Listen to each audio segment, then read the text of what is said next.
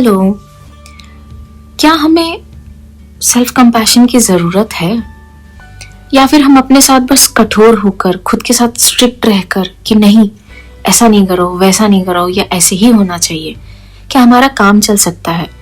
या फिर हम अपने साथ सेल्फ कंपैशन दिखाकर कमज़ोर हो जाएंगे? I don't think so. हम सबको प्यार की ज़रूरत होती है और अगर ये प्यार हम अपने आप को खुद नहीं दे पाते हैं तो कहीं ना कहीं हम अंदर से कमज़ोर हो जाते हैं। तो चलिए इस बारे में हम आज बातें करते हैं एक कहानी के थ्रू। और हमारी आज की कहानी का नाम है आपका सच्चा दोस्त कौन। शाम के करीब 5 बज रहे थे। हल्की सी बारिश अभी अभी रुकी ही थी। सड़क के किनारे एक छोटा सा कैफे था। अंदर लोग धीरे धीरे बातें कर रहे थे। कॉफी की खुशबू चारों तरफ फैल रही थी। निखिल खिड़की के पास ही बैठा था। सामने लैपटॉप खुला था पर उसका ध्यान स्क्रीन पर तो था ही नहीं।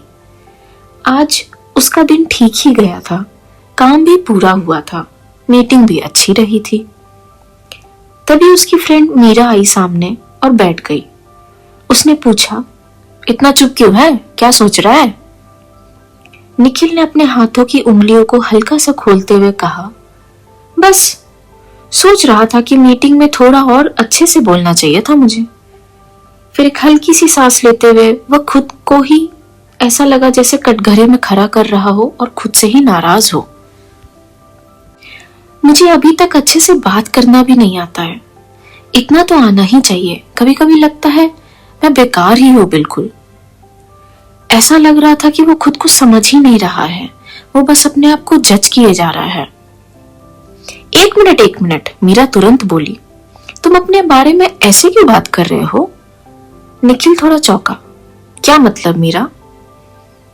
मीरा ने शांत आवाज में कहा, तुम खुद से बहुत सख्त तरीके से बात कर रहे हो। फिर उसने पूछा, अगर यही बात मैं तुम्हें बताती कि मुझसे भी मीटिंग में कुछ अच्छा नहीं हुआ है तो क्या तुम मुझे भी यही कहते कि तुम्हें तो ठीक से बात करना भी नहीं आता है, तुम तो बिल्कुल बेकार हो मीरा। निखिल तुरंत बोला, बिल्कुल नहीं। मीरा हल्की से मुस्कुराई और बोली, तो फिर अपने साथ ऐसा बिहेवियर क्यों? कुछ पल दोनों चुप रहे। मीरा ने धीरे से कहा, अजीब है ना, हम अपने दोस्तों के लिए बहुत समझदार होते हैं। उनकी गलतियों पर हम उन्हें संभालते हैं, उनसे नरमी से बात करते हैं, पर अपने साथ क्या? हम बहुत जल्दी अपने आप को जज करने लगते हैं और करुणा, कंपैशन तो जैसे खुद के लिए भूल ही जाते हैं। ये सब सुनकर निखिल खिड़की के बाहर देखने लगा। बारिश के बाद सड़क चमक रही थी। मीरा ने फिर कहा, अपने लिए भी थोड़ी वही नरमी रखो, वही करुणा, वही काइंडनेस रखो जो दूसरों के लिए रखते हो। अगर गलती हो जाए तो अपने आप से वैसा ही बात करो जैसे अपने किसी अच्छे दोस्त से बात करते हो।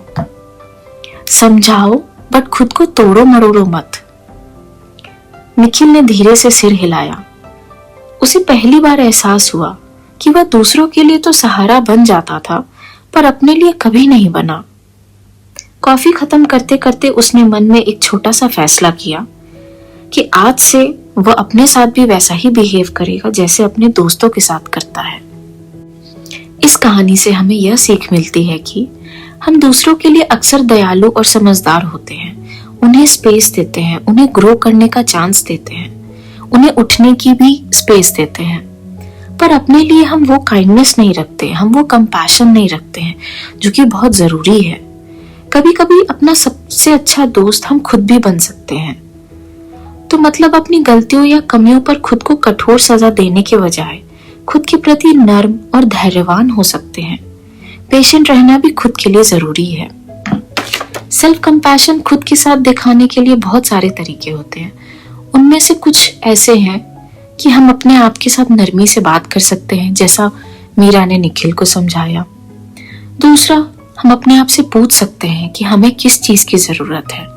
मैं परेशान फील कर रहा हूँ, क्या मुझे कॉफी चाहिए या मुझे बस अच्छी नींद की जरूरत है?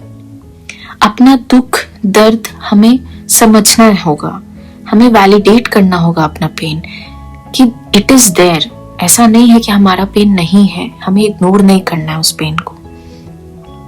फिर हम अपने आप को लेटर लिख सकते हैं कि ओके, आई नो ऐसा मुश्किल था हमारे लिए, but we have gone through that, so we are proud of ourselves.